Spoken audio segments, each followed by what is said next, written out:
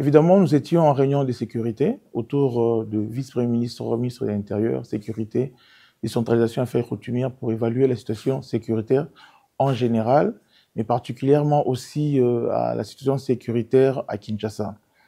Et alors, il s'est dénoté qu'il y a une situation préoccupante de la sécurité à l'Est, mais il tient de préciser que Kinshasa, la situation sécuritaire est relativement stable. Alors, nous profitons de l'occasion pour informer à notre population de Kinshasa de ne pas céder à l'intox.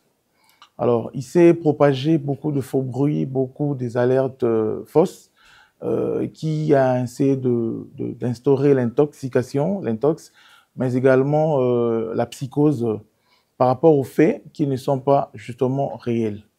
Alors, aujourd'hui, nous profitons de l'occasion sur justement les orientations du vice-premier ministre, ministre de l'Intérieur, pour préciser à la population de ne pas céder à la stigmatisation, à la division de nos communautés.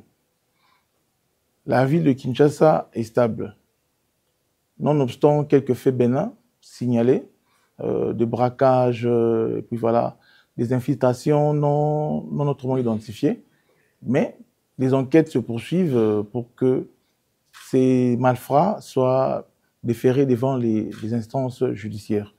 Nous profitons de l'occasion pour appeler les Kinois à l'apaisement et leur demander d'évacuer librement à leurs préoccupations et que toutes les questions sécuritaires sont prises en charge. L'armée et la police sont justement là pour accompagner toutes ces mesures afin que les Kinois puissent continuer à vivre paisiblement dans l'étendue de la ville de Kinshasa.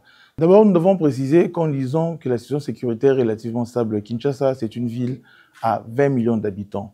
Et les grandes villes sont très souvent généralisées par la criminalité urbaine. Alors, nous disons que ce sont des faits bénins. Vous voyez, bien qu'on a observé peut-être quelques jours où les braquages ont eu lieu, mais ici aussi d'informer à l'opinion. Il y a un groupe qui est déjà arrêté, déféré à la justice, et nous allons vous les présenter d'ici peu. Et de ce groupe-là, nous sommes déjà sur la piste d'autres groupes qui continuent à opérer. Et nous assurons à la population que la ville est stable sécuritairement. Et encore des dispositions qui ont été renforcées par la police et l'armée, afin que nous puissions vivre paisiblement dans la ville.